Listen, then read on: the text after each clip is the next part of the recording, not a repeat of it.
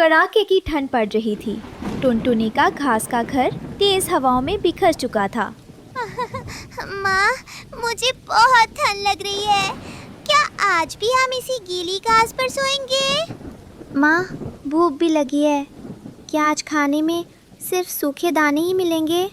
टुनटुनी की आंखों में आंसू आ गए, पर उसने उन्हें छिपा लिया। बस थोड़ा धीरज रखो मेरे बच्चों।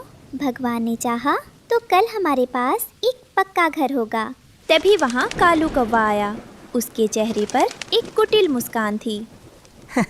अरे टुनटुनी, क्यों इन मासूमों को ठिठुरा रही है? क्या तुझे उस जादुई गुलाब के घर के बारे में नहीं पता? कैसा जादुई घर कालू भाई? जंगल के सबसे ऊंचे पहाड़ पर एक विशाल लाल गुलाब है। वो कोई फूल नहीं, बल्कि एक आलीशान घर है। उसके अंदर सोने के बिस्तर और चांदी की थालियों में 56 भोग सजे रहते हैं। पर कालू भाई, वो जगह तो बहुत खतरनाक सुनी है मैंने। खतरा तो यहाँ भी है टुनटुनी। अगर तू वहाँ चली गई तो तेरे बच्चे राजा रानी की तरह रहेंगे। बस पहाड़ के पास जो सफ़ेद झरना बहता है, उसका पानी पी लेना। पहाड़ चढ़ने की शक्ति मिल जाएगी। कालू मन ही मन हंसा। उसे पता था कि वो झरना जादुई नहीं, बल्कि नींद का झरना है। जो उसे पीता वो गहरी नींद में सो जाता और फिर कालू उसका सारा सामान लूट लेता। टुनटुनी जाने के लिए तैयार हुई। तभी रास्ते में मिट्ठू तोता मिला। टुनटुनी बहन, इतनी जल्दी में कहाँ जा रही हो इन छोटे बच्चों को लेकर? मिट्ठू भाई, कालू भाई ने बताया है कि पहाड़ पर जादुई गुलाब का घर है। बच्चों की तकलीफ मुझसे देखी नहीं जाती। टुनटुनी, कालू की बातों पर भरोसा मत करना। उस पहाड़ पर जाना आसान नहीं है। और वो झरना, मैंने सुना है उसका पानी पीकर कोई वापस नहीं आया। लेकिन मिट्ठू अंकल, हमें चॉकलेट और अच्छे घर की जरूरत है। मिट्ठू भाई, माँ का दिल है। हार मान ली तो बच्चे मर जाएंगे। मुझे जाना ही होगा। काफी मशक्कत के बाद वे पहाड़ के पास पहुँचे। वहाँ सचमुच एक सफेद दूध जैसा झरना बह रहा था। माँ, देखो कितना सुंदर झरना है। मुझे प्यास लगी है। रुको बेटा, पहले मुझे पीने दो। अगर ये सही हुआ तभी तुम पीना। जैसे ही टुनटुनी ने झरने का पानी पिया, उसे चक्कर आने लगे। वो समझ गई कि कालू ने उसे धोखा दिया है। बच्चों, ये पानी मत पीना। ये जहर है। माँ उठो, आपको क्या हो गया? टुनटुनी गहरी नींद में सो गई। तभी पीछे से कालू कौवा उड़ता हुआ आया। अब ये टुनटुनी कभी नहीं जागेगी। अब इसके पास जो थोड़े बहुत मोती और पैसे हैं, वो सब मेरे हैं। कालू काका, हमारी माँ को जगाओ। आपने तो कहा था ये झरना शक्ति देता है।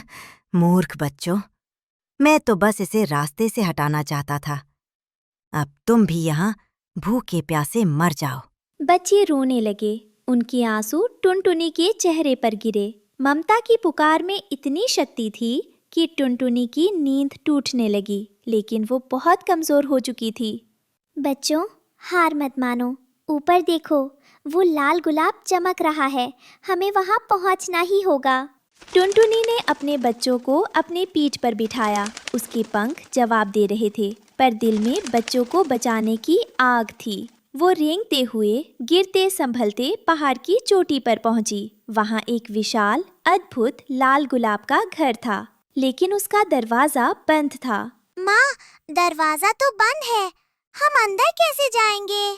दरवाजे पर लिखा था, वो ही अंदर आ पाएगा जो अपने रक्त से इस गुलाब को सींचेगा।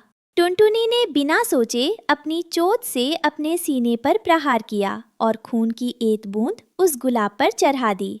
नहीं माँ, आप खुद को चोट क्यों पहुँचा रही हैं? तुम्हारी खुशी के लिए मैं अपनी जान भी दे सकती हूँ बेटा। टुनटुनी, तुम्हारी ममता और निस्वार्थ बलिदान ने इस जादुई घर के द्वार खोल दिए हैं। कालू जैसे लालची लोग यहाँ कभी नहीं आ सकते। परी ने अपनी छड़ी घुमाई। टुनटुनी के घाव भर गए। उसके पंख सोने की तरह चमकने लगे और वो पहले से भी सुंदर हो गई। वो गुलाब का घर अंदर से किसी स्वर्ग जैसा था। वहाँ ढेर सारे फल, मेवे और मखमली बिस्तर थे।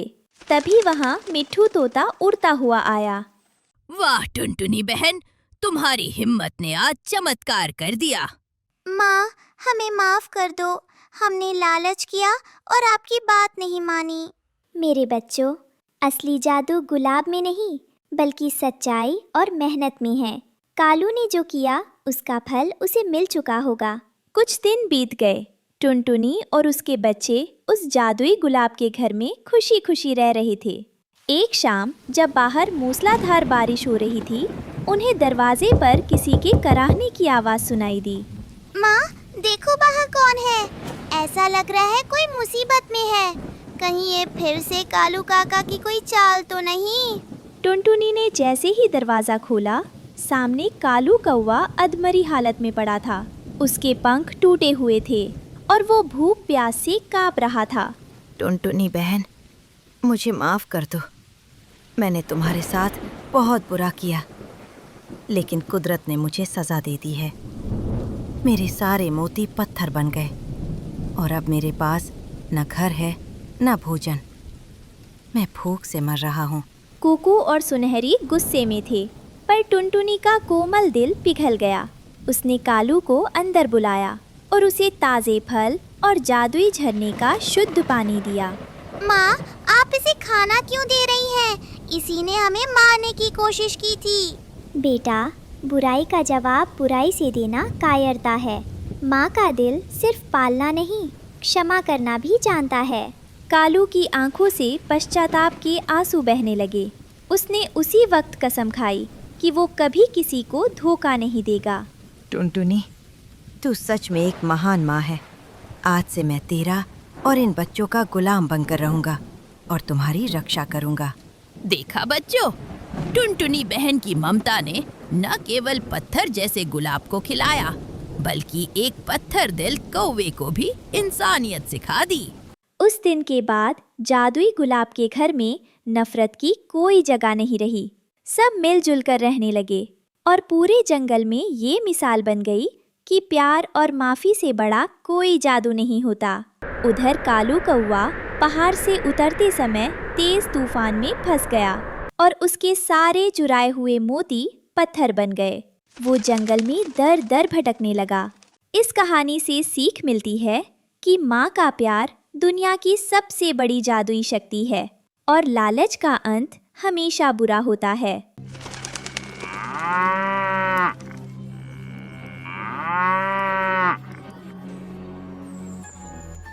कौवे भाई, आजकल ना आपका दूध बहुत पतला आ रहा है। कहीं आपने दूध में मिलावट करना तो शुरू नहीं कर दिया ना? सारा दूध पानी की तरह पतला लगता है। अरे ओ बाबूजी, ये कालू कौवे का दूध है जो पूरे जंगल में मशहूर है। ये कालू कौवा अपनी गर्दन कटवा सकता है पर दूध में पानी नहीं मिला सकता। हाँ जानता हूँ, पर पिछले 2 दिनों से तुम्हारा दूध बहुत ही पतला आ रहा है ना, इसलिए पूछ लिया मैंने। झूठ बोले तेंदुआ काटे। बाबूजी, वो क्या है ना, आजकल गाय कुछ ठीक से चारा नहीं खाती, इसी वजह से दूध आपको पतला लग रहा है। अच्छा, अब मस्का मत लगाओ और 2 लीटर दूध दे दो। तब तक आप लोग कमेंट में बताएं 56 into 4 कितने होते हैं। कालू कौवा अपनी दूध की बाल्टी से तोताराम को दूध दे देता है और दूध देने जंगल के बाकी पक्षियों के घोंसले में चला जाता है। कालू कौवा उस जंगल का एकमात्र ऐसा पक्षी था जो अकेले ही पूरे जंगल में दूध बेचता था। कालू कौवे का दूध इतना मशहूर था कि जंगल का हर पक्षी उसे से दूध लेता था। शाम होते होते कालू कौवा पूरे जंगल में दूध बेचकर अपने घोंसले में आता है। आप आ गए जी? हाँ जी, आ गए हम। अच्छा बैठिए, मैं आपके लिए भोजन की व्यवस्था कर देती हूँ। टुनटुनी चिड़िया भोजन निकालने लगती है। इधर कालू कौवा अपनी गाय के पास आता है और उसे चारा डालता है। कालू कौवे के पास केवल एक ही गाय थी, फिर भी वो पूरे जंगल के पक्षी को दूध बेचता था। अब गाय से तो इतना दूध निकलना तो असंभव था। मेरी प्यारी गाय, आखिरकार हम दोनों मिलकर जंगल के सारे पक्षियों को बेवकूफ बना ही रहे हैं। मैं तुम्हारे दूध में जो पानी मिलाता हूँ उसके बारे में आज तक किसी पक्षी को पता नहीं चल पाया है। बस तुम हर रोज मुझे इसी तरह दूध देती रहना और मैं उस दूध में ढेर सारा पानी मिलाता रहूँगा। फिर देखना, एक दिन मैं इस जंगल का सबसे धनी पक्षी बन जाऊंगा। कालू कौवा बड़ा ही लालची किस्म का पक्षी था। वो अकेले ही ऐसी साजिश रचे जा रहा था जिसके बारे में उसकी पत्नी टुनटुनी चिड़िया को भी पता नहीं था। पर वो कहते हैं ना कि बुराई और लालच पक्षी को अंधा बना देता है। यही हाल कुछ कालू कौवे का भी था। वो लालच में आकर अपने 7 लीटर दूध में रोज 5 लीटर पानी मिलाने लगा था। चलो गाय, अब मैं सोने जा रहा हूँ। अब हर रोज की तरह कल सवेरे भी 7 लीटर दूध दे देना ताकि इसमें मैं 5 लीटर पानी मिला सकूँ। ये कहकर कालू कौवा अपने घोंसले में सोने चला जाता है। देखते ही देखते रात बीत जाती है।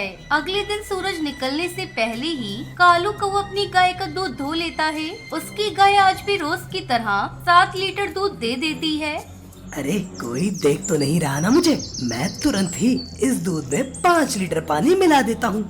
कालू कौवा 7 लीटर दूध में जल्दी से 5 लीटर पानी मिला देता है। आज उसकी गाय ने इतना गाढ़ा दूध दिया कि 5 लीटर पानी मिलाने के बाद भी दूध में गाढ़ापन ही नजर आ रहा था।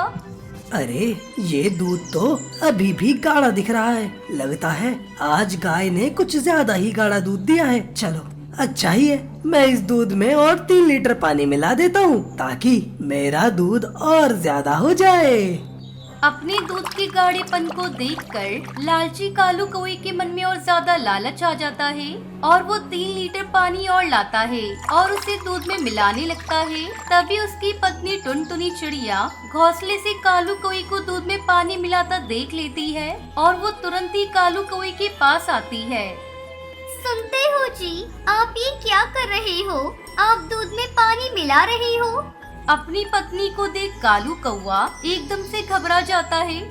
अरे बाप रे, लगता है इस टुनटुनी ने मुझे दूध में पानी मिलाते देख लिया है। अब तो मेरी चोरी पकड़ी गई। मैंने आपसे कुछ पूछा है, आपने इस दूध में पानी क्यों मिलाया है? अरे टुनटुनी, धीरे बात करो। कहीं किसी पक्षी ने बात सुन लिया ना तो कोई भी जंगल का पक्षी मुझसे दूध नहीं लेगा। आप इस जंगल के सारे पक्षियों को इतना बड़ा धोखा दे रहे हो। दूध में पानी मिलाना अच्छी बात नहीं है। आप पक्षियों के साथ खिलवाड़ कर रहे हो। उन्हें झूठ बोलकर ये पानी वाला दूध बेच रहे हो। अरे बेवकूफ, अगर मैंने दूध में पानी नहीं मिलाया तो हम पूरे जंगल में पक्षियों को कैसे दूध बेचेंगे? ये गाय तो केवल 8 पक्षियों के हिसाब से दूध देती है और जब मैं इस दूध में पानी मिलाता हूँ तब मैं जाकर 30 पक्षियों को ही दूध बेच पाता हूँ। सोचो अब इतने दूध में पानी मिलाने से कितना मुनाफा होता है। आप कुछ भी कहो जी, पर इतना लालच करना अच्छी बात नहीं है। आप ये लालच करना बंद कर दीजिए, वरना एक दिन हम दोनों के लिए इस लालच का बहुत बुरा अंजाम होगा। टुनटुनी, तुम अपना मुंह बंद ही रखो और मेरे इस काम से तुम दूर ही रहो। मैं बहुत अच्छे से जानता हूँ कि क्या सही और क्या गलत है। इतना कहकर कालू कौवा वो दूध की बाल्टी उठाता है और जंगल में चला जाता है। देखते ही देखते सवेरा हो जाता है। कालू कौवा बबली कबूतरी के घोंसले में आता है। दूध ले लो, दूध ले लो बबली बहन। हाँ आ रही हूँ, 2 लीटर दूध दे दो कौवे भाई। कालू कौवा बबली कबूतरी को 2 लीटर दूध दे देता है। अरे कौवे भाई, आज तो आपने बहुत ही पतला दूध दिया है। ये तो दूध कम और पानी ज्यादा लग रहा है। अरे कबूतरी बहन, वो क्या है ना, मेरी गाय कुछ दिनों से बहुत बीमार है। आप चिंता ना करिए, कल से आपको एकदम गाढ़ा दूध मिलेगा। कौवे भाई, बहुत दिनों से आपका दूध बहुत पतला आ रहा है। कल से मुझे गाढ़ा दूध चाहिए। बिल्कुल बबली बहन, आप चिंता ना करो। इतना कहकर वो कालू कौवा वहाँ से चला जाता है। इसी तरह कालू कौवा पूरे जंगल के पक्षियों को दूध बेच देता है। जंगल का हर पक्षी कालू कौवे से आज वही बात कहता है जो बबली कबूतरी ने कही थी। पर कालू कौवे ने सबको एक ही बात कही कि कल से वो गाढ़ा दूध देगा। देखते ही देखते कई दिन गुजर जाते हैं। कालू कौवा रोज पानी मिलावट वाला दूध पक्षियों को बेचता रहा और उन्हें हर रोज एक ही बात कहता रहा कि वो कल से उन्हें गाढ़ा वाला दूध देगा। पर इस बार काफी सारे पक्षी कालू कौवे से दूध लेना बंद कर देते हैं, क्योंकि कालू कौवा हर रोज उन्हें पानी वाला दूध देने लगा था। अब कुछ ही पक्षी कालू कौवे से दूध लेने लगे, पर उन्होंने भी उस कालू कौवे को वार्निंग दे रखी थी कि वो उन्हें कल से गाढ़ा वाला दूध ला कर दे।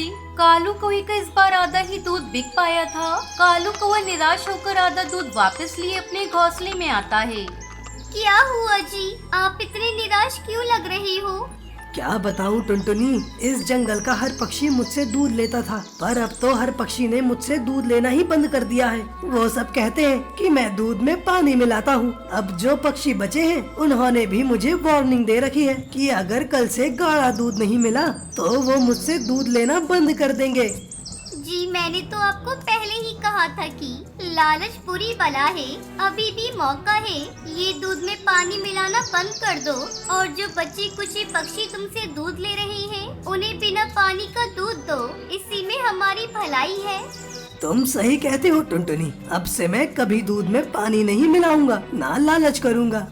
दोनों अपने घोंसले में सो जाते हैं। अगले दिन सवेरे कालू कौवा बिना पानी मिलाए दूध बेचने चला जाता है और कम दूध बेचकर अपना जीवन खुशी खुशी बिताने लगता है।